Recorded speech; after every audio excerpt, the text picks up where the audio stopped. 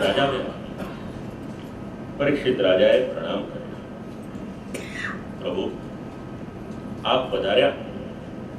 એક વાતની મને ખાતરી થઈ, જેટલો અનુગ્રહ ભગવાન શ્રી કૃષ્ણનો મારા પૂર્વજો પર હતો, પાંડવો પર હતો, એ જ અનુગ્રહ શ્રી ઠાકોરજી આજે મારી પર રાખ્યો છે.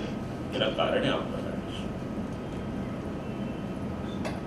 કંઈ પણ આપણે સત્કર્મ કરીએ એ આપણા પૂર્વજોના આશીર્વાદ છે. જ્યાં પણ હોય, જે પણ સ્થાનમાં હોય,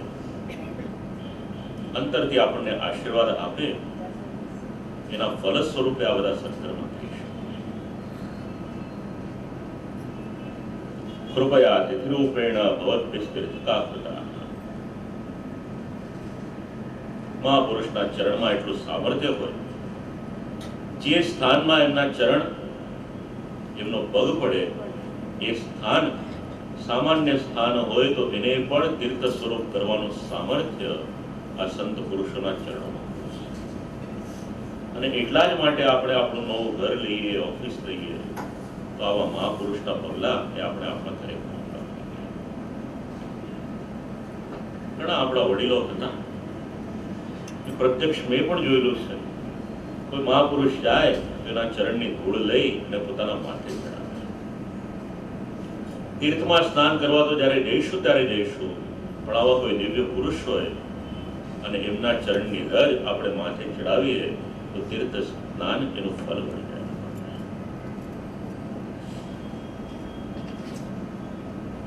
અપી મે ભગવાન પ્રીતઃ કૃષ્ણ પાંડુસુત પ્રિયા. પ્રશ્ન પૂછ્યો, જેનું મૃત્યુ આવ્યું હોય અને શું કરવાનું, કૃપા કરી જણાવો. યશ શ્રોતવ્યમ અથોજપ્યમ યત કર્તવ્યમ નૃપિ પ્રભો સ્મર્તવ્યમ ભજનીયમ વા બ્રૂહિ યદ્વા વિપર્ય. સુખદેવજી મહારાજે પ્રશ્ન પૂછ્યો, મહારાજને પ્રશ્ન પૂછ્યો, સાથે સાથે વિનંતી કરી, ગોદોહન થાય એટલો સમય પણ આપ કોઈ સ્થાન પર બિરાજો નહીં, પણ મારી એક વિનમ્ર વિનંતી છે, જ્યાં સુધી મારું મૃત્યુ ના આવે ત્યાં સુધી આપ કૃપા કરી આ સ્થાનમાં બિરાજજો. આ શ્રોતાનો ઉત્તમ અધિકાર છે. સુખદેવજી મહારાજ જવાબ આપવાની શરૂઆત કરે.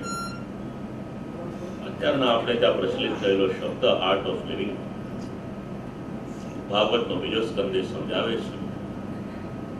બે ઘડી જરા શ્રી ઠાકોરજીનું નામ લઈ લઈએ, થોડા સ્વસ્થ થઈ જવાય તો જીવન કેમ જીવવું એનો દ્રષ્ટિકોણ આપણને સમજાય.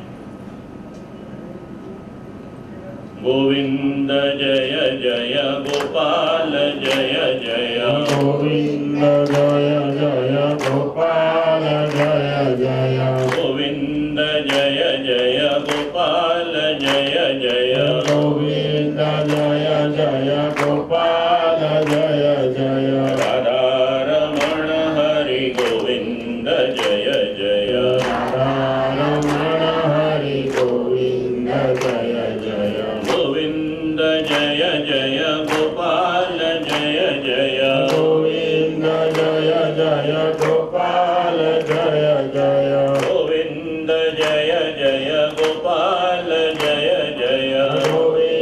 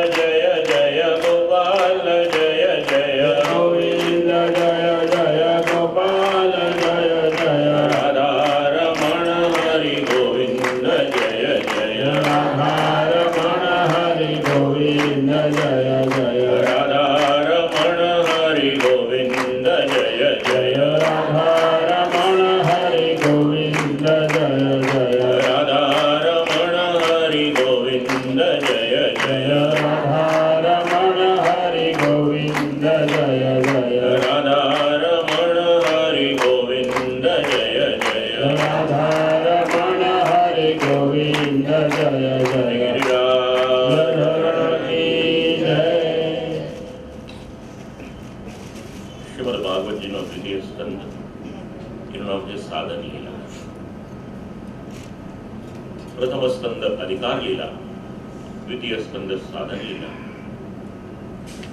ષોડશ ગ્રંથના બે ગ્રંથ જલવેદ અને પંચપદ્યાની આ બે સ્કંદો ઉપરથી પ્રાપ્ત થાય છે.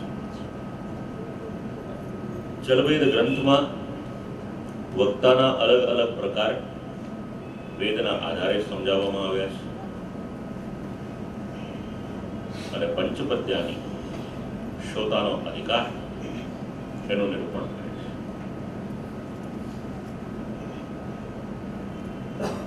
ત્રણ પ્રકરણ છે એના. શ્રીનાથજી બાવાનું વામ શ્રીચરણ, ત્રીણી પ્રકરણાની ત્રણ પ્રકરણ,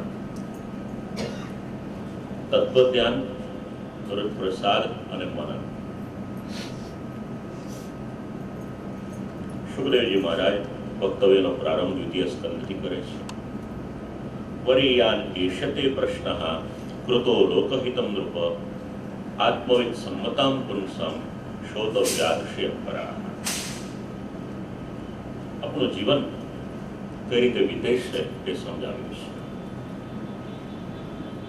રાજા, સાંભળવાને માટે તો ઘણું બધું છે, પણ મુશ્કેલી એ છે કે સમાજનો મહત્તમ વર્ગ એના માટે જાગૃત થતો નથી. કારણ અપશ્યતામ આત્મતત્વ, પોતાનું કલ્યાણ શેમાં છે એ જીવ સમજતો નથી.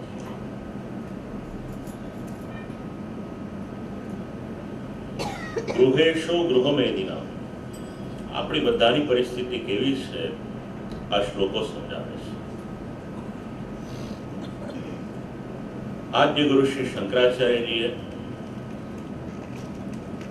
સુંદર શ્લોકાર્થ કહ્યો છે. પુનરપી જનનમ પુનરપી મરણમ પુનરપી જનની જઠરે શયનમ. શ્રીમદ ભાગવતના શ્લોકો એની સાથે સુસંગત છે. ઘરમાં આસક્ત જીવ એમ વિચારે છે કે મારું મૃત્યુ આવવાનું નથી, અને કદાચ એના માટે અલર્ટનેસ હોય કે એક દિવસ આવવાનું છે, તો એ મૃત્યુ સુધારવાને માટે એ પ્રયત્નશીલ થતો નથી. એક નિર્વિવાદ હકીકત છે, ક્યારેક ને ક્યારેક મૃત્યુ આવવાનું છે. સ્મશાનમાં જાય કે શોક સભામાં જાય ત્યારે વૈરાગ્ય આવે કે આ બધું નકામું છે, પણ જેવો ત્યાંથી બહાર નીકળે એટલે તરત ખિસ્સામાં હાથ નાખે કે કોઈનું મિસકોલ છે કે નહીં, લાવ રાખે. આ હકીકત જીવનની. એટલે વૈરાગ્ય જાગે પણ એ સ્મશાન સુધી, એનાથી આગળ વધે.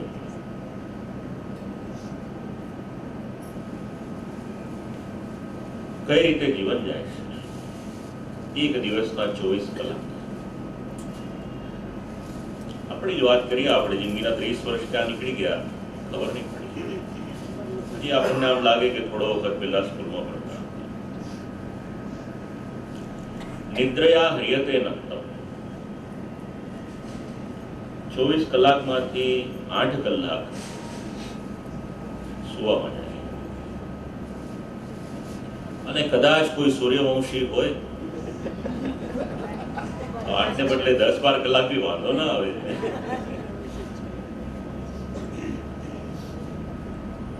મહાપ્રભુજીની ઊંઘ કેટલી? યોગ નિદ્રા હતી 2.5 કલાક.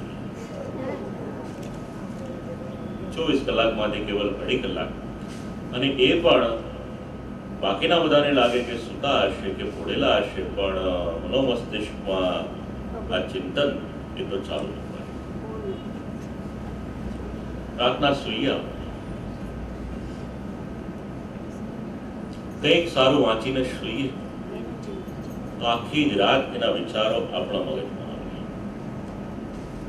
ક્યારેક પ્રયોગ કરવા જેવો છે. અત્યારનું વિજ્ઞાન પણ એવું કહે છે કે સુવાના અડધો કલાક પહેલા મોબાઈલ ન વાપરીએ તો વધારે સારું. પણ વોટ્સએપ, ફેસબુક, ટ્વિટર અને બીજું ઘણું બધું. પહેલા એવો સમય હતો કે સવારે જાગીએ એટલે શ્લોક બોલીએ, કરાગ્રે વસતે લક્ષ્મી, કરમૂલે સરસ્વતી, કરમધ્યેતુ ગોવિંદ, પ્રભાતે કર દર્શન. બધાને યાદ છે.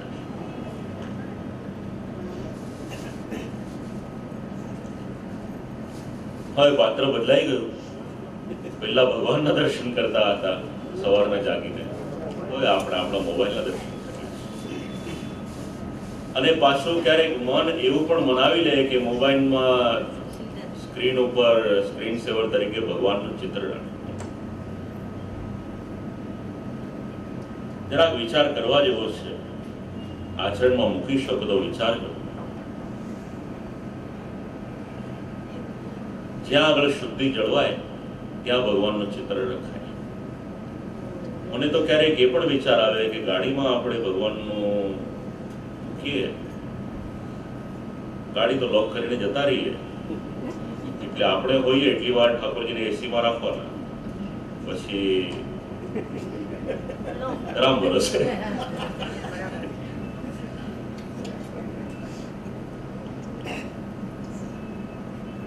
નિદ્રયા હિયતે નક્તમ. એટલે 24 કલાકમાંથી 8 કલાક સુવા માટે કંઈક સારું વાંચીને સૂઈએ તો આપણા મનમાં એના ને એના વિચારો હોય તો આખી જ રાત ઊંઘ પણ એ રીતની આવે.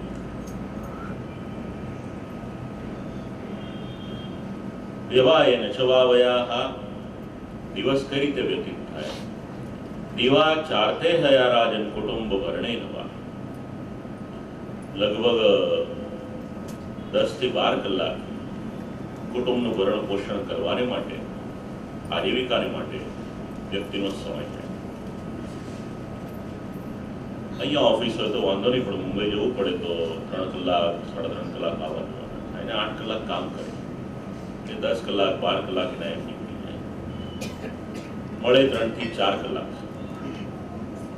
તો એ 4 કલાકમાંથી બાકીની આપણી દૈનિક ક્રિયાઓ હોય, બધી ભોજનથી લઈને બીજું જે પણ કંઈક હોય, એ બધાનો સમય કાઢતા કાઢતા વિચાર કરીએ આપણે એમાંથી કેટલો સમય બચે અને એમાંથી કેટલો સમય આપણે ભગવાનને માટે કાઢી શકીએ છીએ, આ વિચારવાની છે. આ બધું ટાઈમ મેનેજમેન્ટ.